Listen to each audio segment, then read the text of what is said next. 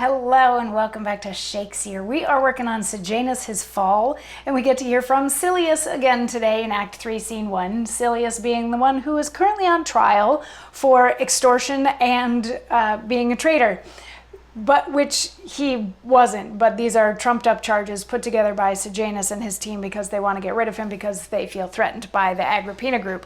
So they figured that they needed to take Silius down first because he used to be a war hero and all of this.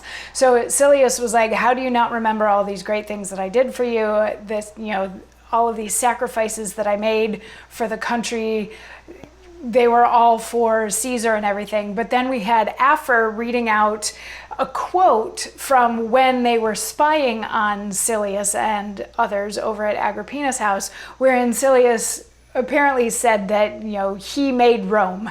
It's only because of him that Rome still exists, and it's only because of him that the emperor is the emperor and that people are safe and all these sorts of things, which amounts to treason. So we got little sputterings from all over everybody else watching this trial being like, oh my goodness, look at what he's saying, and stay strong, Silius, and all of this. And Silius continues on in his own defense. It's sort of like there's all these other comments, but it's like Silius and his accusers don't really hear them. They just keep on. So this is more of a response to Afer than to all of the stuff that has been said in between since yesterday's monologue. But in any case, Silius says, come, do not hunt and labor so about for circumstance to make him guilty whom you have foredoomed. Take shorter ways. I'll meet your purposes. The words were mine, and more I now will say. Since I have done thee that great service, Caesar, thou still hast feared me, and in place of grace returned me hatred. So soon all best turns with doubtful princes turn deep injuries in estimation when they greater rise than can be answered.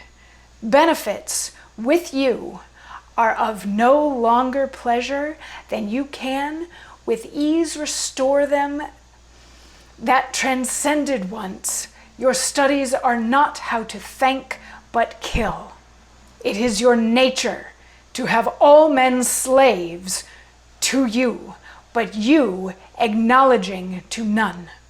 The means that make your greatness must not come in mention of it. If it do, it takes so much away, you think, and that which helped shall soonest perish, if it stand in eye, where it may front or but upbraid the high.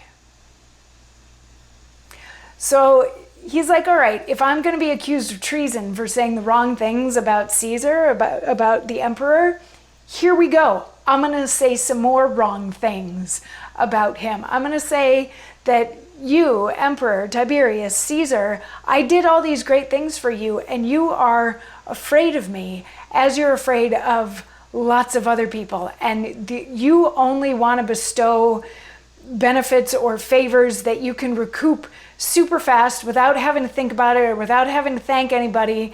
And if you can't, then you just get rid of your problem. You want everybody to be a slave to you, but you are not accountable to anyone. And he's like, that's not how that works. And people like me are the ones that are going to suffer for it because we're the ones that helped you.